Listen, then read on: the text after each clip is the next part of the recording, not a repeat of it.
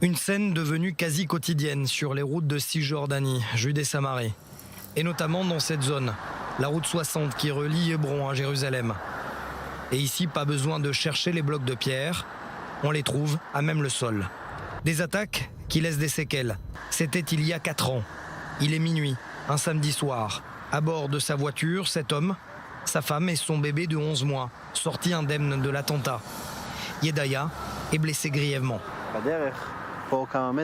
Ici, quelques mètres en contrebas, en montant vers là où nous nous trouvons, une voiture qui roulait en face de nous a jeté une pierre assez grosse qui a brisé, m'a touché la tête. J'ai, semble-t-il, perdu connaissance et on a fait un vol plané avec la voiture dans le vallon.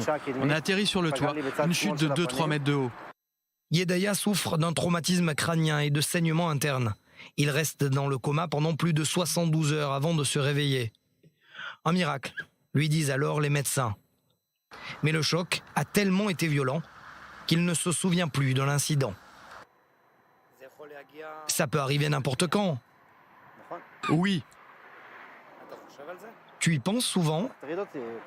Ça me préoccupe, oui. Je veux rouler sans avoir à chercher sur les côtés qui va me jeter une pierre, un cocktail Molotov. Je veux rouler ici et me sentir en sécurité. Si Yedaya a été grièvement blessé, d'autres ont été tués.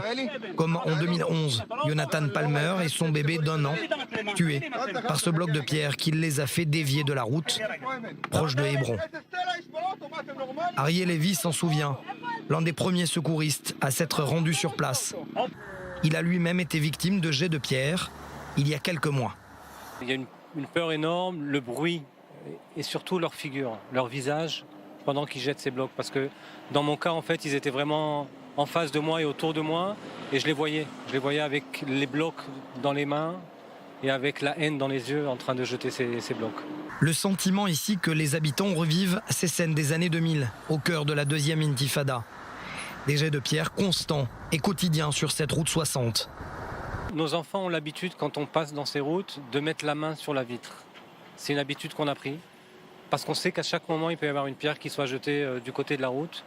Et on connaît les résultats. On sait quand une pierre est jetée, même si on a des vitres en plastique, la force, c'est tellement fort que très souvent, ça pénètre et ça blesse, comme il y a eu hier. On a eu un bébé qui a été grièvement blessé suite à un jet de pierre.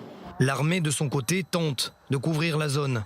Mais impossible de placer une patrouille comme celle-ci tout le long de cette route 60. Leur simple présence ferait diminuer, selon ces soldats, les jets de pierre. Et pourtant, au cours de ces dernières 72 heures, il y a eu une trentaine de jets de pierre et cocktails Molotov dans la région.